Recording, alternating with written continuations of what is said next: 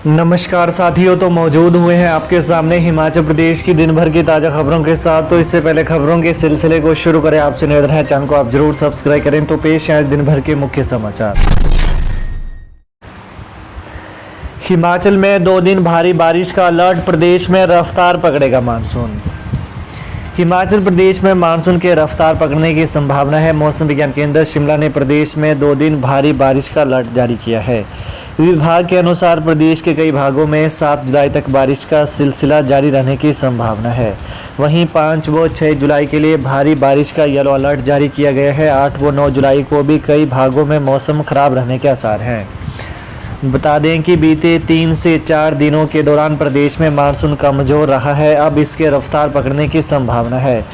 वहीं आज राजधानी शिमला सहित अन्य भागों में धूप खिलने के साथ हल्के बादल छाए रहे।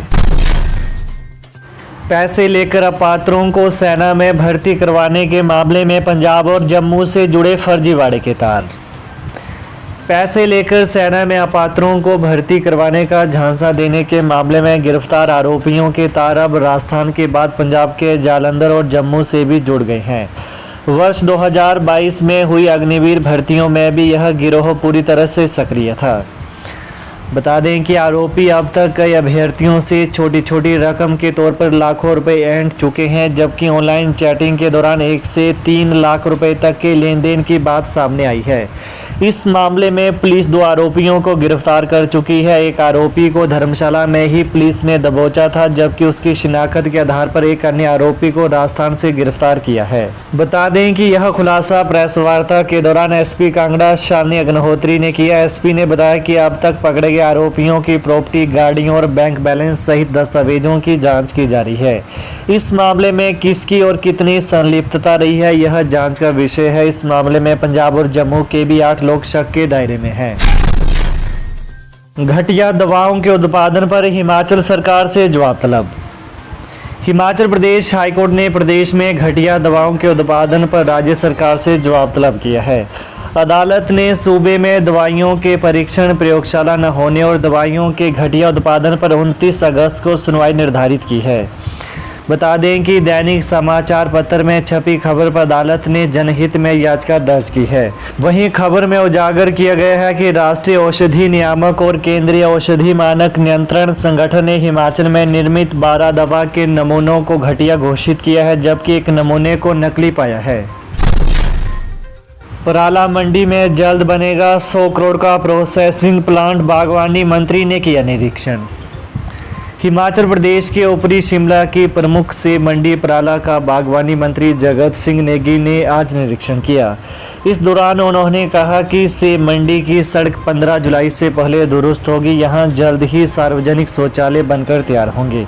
मंडी में 100 करोड़ रुपए का प्रोसेसिंग प्लांट भी जल्द बनकर तैयार होगा। उन्होंने कहा कि सेब की खेती में भविष्य में और सुधार लाया जाएगा। उन्होंने सेब की गुणवत्ता को लेकर भी बागवानों को और प्रयास करने का आह्वान किया। उन्होंने बताया कि बातचीत के माध्यम से हर बात का हल निकल सकता है। अगर बागवानों के हित में होगा तो सिस्टम में बदलाव किया जा सकता है। अब सेब सीजन की शुरुआत हो चुकी है और ऐसे में कांग्रेस सरकार ने बागवानों के सेब को किलो के हिसाब से बेचने का ऐलान किया था। विवाह मुंडन समारोह में बियर परोसी तो लगेगी 50,000 का जुर्माना, कोलंग पंचायत ने लिया फैसला।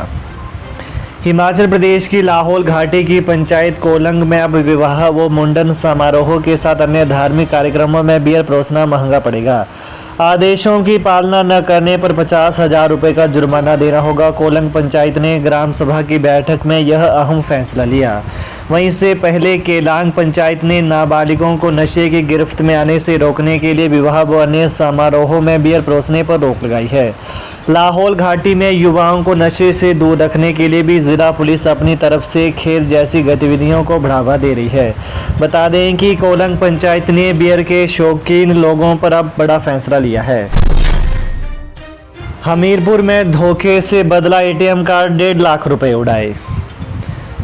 हमीरपुर जिला नादौन बस अड्डा पर लगे भारतीय स्टेट बैंक एसबीआई के एटीएम में कुछ शातिरों ने एक महिला को अपने जाल में फंसाकर उसके खाते से 1.5 लाख रुपए निकाल लिए। वहीं नादौन थाना में दर्ज करवाई गई शिकायत में पीड़िता सिमर देवी पत्नी कृष्ण चंद्र निवासी ग्राउंड टिपरी डाकखाना भटावा खुंडिया क्षेत्र ने बताया कि वो अपने घर जाने के लिए बस अड्डा पर बस का इंतजार कर रही थी। इसी दौरान नादौन बस अड्डा पर लगे भारतीय स्टेट बैंक के एटीएम गई, जहां पर कुछ लोग पहले से ही खड़े थे। उन युवकों में से एक ने सहायता करने के बहाने धोखे से उसका एटीएम कार्ड बदल दिया। पेपर लीक मामला, आरोपी सचिव का सस्पेंशन पीरियड 3 महीने और बड़ा 5 एफआईआर में है आरोपी। कर्मचारी चयन आयोग हमीरपुर के पेपर लीक मामले में आरोपी बनाए गए पूर्व सचिव और एचएएस अधिकारी जितेंद्र कंवर का सस्पेंशन पीरियड 3 महीने और बढ़ाया गया है। इन्हें इस केस में आरोपी बनाए जाने के बाद राज्य सरकार ने सस्पेंड कर दिया था। 3 महीने की अवधि पूरी होने के बाद इस सस्पेंशन को रिव्यू किया गया। वहीं समीक्षा के बाद केस की वर्तमान स्थिति को देखते हुए राज्य सरकार ने यह फैसला लिया है कि निलंबन की यह अवधि 3 महीने और जारी रहेगी। उसके बाद तब के हालात को देखकर इस मामले में फैसला लिया जाएगा। गौरतलब है कि पेपर लीक का मामला सामने आने के बाद राज्य सरकार ने हमीरपुर कर्मचारी चयन आयोग को भंग कर दिया है और इस आयोग की भर्तियां लोक सेवा आयोग को शिमला ट्रांसफर कर दी हैं। सरकार लगाएगी प्लाईबोर्ड इंडस्ट्री, इस्तेमाल होगा लकड़ी का वेस्ट। वनों में लकड़ी निकालने के बाद जो वेस्ट मटेरियल बच जाता है उसका अब अच्छे से इस्तेमाल किया जाएगा। इसके लिए प्रदेश सरकार प्रदेश में प्लाईबोर्ड इंडस्ट्री लगाएगी। यह प्रदेश में शिल्प उद्योग से भी बड़ा उद्योग होगा। इसके लिए छोटी इकाइयों के जरिए लकड़ी के वेस्ट से खिलौने बनाए जाएंगे। यह बात हिमाचल प्रदेश वन विकास निगम के उपाध्यक्ष केहर सिंह खाची ने आज कुल्लू में पत्रकार वार्ता में कही। वहीं उन्होंने कहा कि अरबों की लकड़ी जंगलों में सड़ रही है। जंगलों में जो भी लकड़ी है, चाहे देवदार या फिर अन्य पेड़ों को 3 महीने के अंदर लकड़ी के डिपों तक पहुंचाया जाएगा। प्रदेश के पिछड़े क्षेत्रों में लोगों को ईंधन की कितनी आवश्यकता है, इसके लिए वन विभाग के अधिकारियों को कहा गया है कि वो पंचायतों से ज़रूरत का डाटा मांगे, जिससे समय पर उनकी ज़रूरत को पूरा किया जा सके। उन्होंने कहा कि प्रदेश में हुए 90% काम कांग्रेस पार्टी ने किए हैं। सीएम सुक्खू बोले, चंडीगढ़ पर हिमाचल का हिस्सा हमारा अधिकार, ठोस कदम उठा रही सरकार, पीछे नहीं हटेंगे। बीबीएमबी से बिना एनओसी पानी मिला। हिमाचल के मुख्यमंत्री सुखविंदर सुक्खू ने कहा कि चंडीगढ़ में हिमाचल की हिस्सेदारी को लेने के लिए उचित कदम उठाए जा रहे हैं। अरसे से यह मुद्दा लंबित होने से हिमाचल के लोगों को इसका फ़ायदा नहीं मिल पाया। उन्होंने कहा कि कांग्रेस सरकार चंडीगढ़ में हिस्सेदारी और भाखड़ा ब्यास प्रबंधन बोर्ड बीबीएमबी प्रोजेक्ट में भी राज्य के अधिकार दिलाने के मसले को केंद्र व पड़ोसी राज्यों से उठा रही है। वहीं मुख्यमंत्री ने कहा कि सरकार के प्रयासों का नतीजा है कि अब बीबीएमबी से बिना एनओसी के सरकार सिंचाई और पेयजल ले सकती है। केंद्र ने हिमाचल को इसकी छूट दे दी है। अब राज्य सरकार ने केंद्र शासित चंडीगढ़ पर अपने वैध अधिकारों के लिए प्रयास और तेज कर दिए हैं। हिमाचल में 10 तहसीलदारों के तबादला और तैनाती आदेश जारी। हिमाचल प्रदेश सरकार ने 10 तहसीलदारों के तबादला व तैनाती आदेश जारी किए हैं। राजस्व विभाग की ओर से जारी तबादला आदेशों के तहत प्रवीण कुमार को तहसीलदार नगरोटा बगवा, तैनाती का इंतजार कर रहे कृष्ण कुमार को ज्वाली, बालकृष्ण को सरकाघाट, मनोहर लाल ज्वालामुखी, परमानंद रघुवंशी रामशहर, शिखा घनारी, रवीश चंदेल ऊर्जा निदेशालय शिमला, दीक्षांत ठाकुर ओट, जयमल चंद हरोली और सुरभि नेगी को तहसीलदार रिकवरी कुल्लू तैनात किया गया है। वहीं तहसीलदार कुलताज व सुरेश कुमार के तैनाती आदेश अलग से जारी किए जाएंगे। तो ये हैं दिन भर के मुख्य समाचार। तो प्रदेश की ताज़ा खबरों को पाने के लिए चैनल को आप जरूर सब्सक्राइब करें। धन्यवाद।